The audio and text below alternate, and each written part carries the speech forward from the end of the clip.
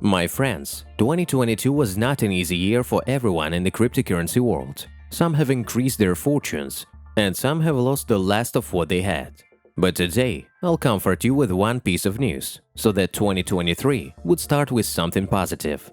Also, Binance keeps attracting even more funds to its exchange, despite everything.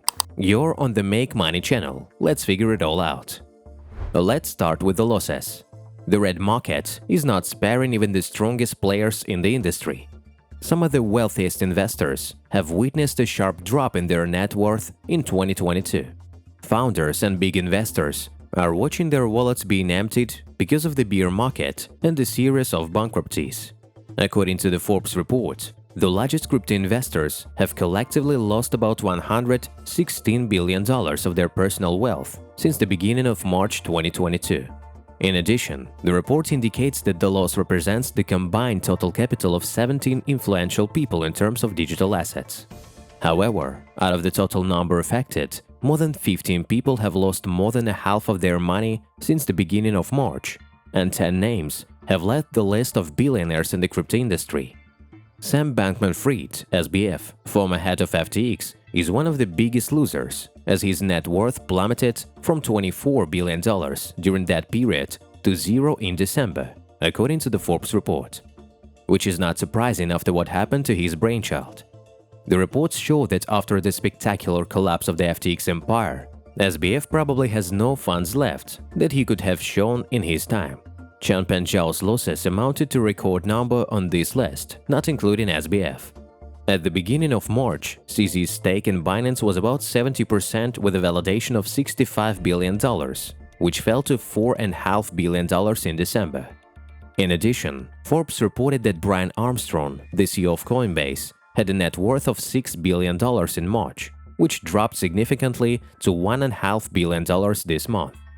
The fortune of Chris Larsen, co-founder of Ripple, dropped to $2.1 billion from $4.3 billion. By comparison, Gemini founders Cameron and Tyler Winklevoss fortune is now $1.1 billion each, as compared to their previous fortune of $4 billion as of March 2022. Such numbers are impressive, as it's been a long time since we've seen such a dramatic drop in capital for our whales. Hopefully, some of you have been able to console yourselves by looking at the losses of other market participants, but we're going on. The latest Forbes report illustrates the scary events that have been taking place in the digital asset industry for a month, with billions of dollars worth of assets going into a black hole. In addition to those who have lost much of their own capital, several other industry players are no longer classified as billionaires. Michael Saylor, founder of MicroStrategy, Devin Finzer and Alex Atala, owners of the popular NFT marketplace OpenSea, and Fred Ehrsam from Coinbase are all well-known names that no longer belong to the club of cryptocurrency billionaires. Nevertheless, the bearish trend in the cryptocurrency market is likely to continue according to analyst estimates, and this is good opportunity for us to buy in at the bottom. We're done with counting billions, let's move on to Binance. The world's largest cryptocurrency exchange by trading volume has hit back at critics spreading fear, uncertainty and doubt so-called FUD about it. Binance has declared that it is financially strong, even though there are rumors that the exchange may be in talks with a Tier 1 auditor and major investor. In a recent blog post addressing all recent media and community inquiries, Binance highlighted each source of controversy and explained why they were not true. They include the suspension of USDC withdrawals, USDC reserves, and the suspension of Mazars' audit work. Also, the reports of a US regulator investigation into Binance and the question of whether Binance has played a role in the FTX collapse were also considered. According to Binance, the recent 8-hour pause in US dollar withdrawals had nothing to do with liquidity problems. It happened because the exchange was trying to execute a token exchange involving a traditional bank that was not closed due to the time zone difference. The exchange also explained that the concerns about its reserve not having enough assets are unfounded because it maintains user assets one-to-one.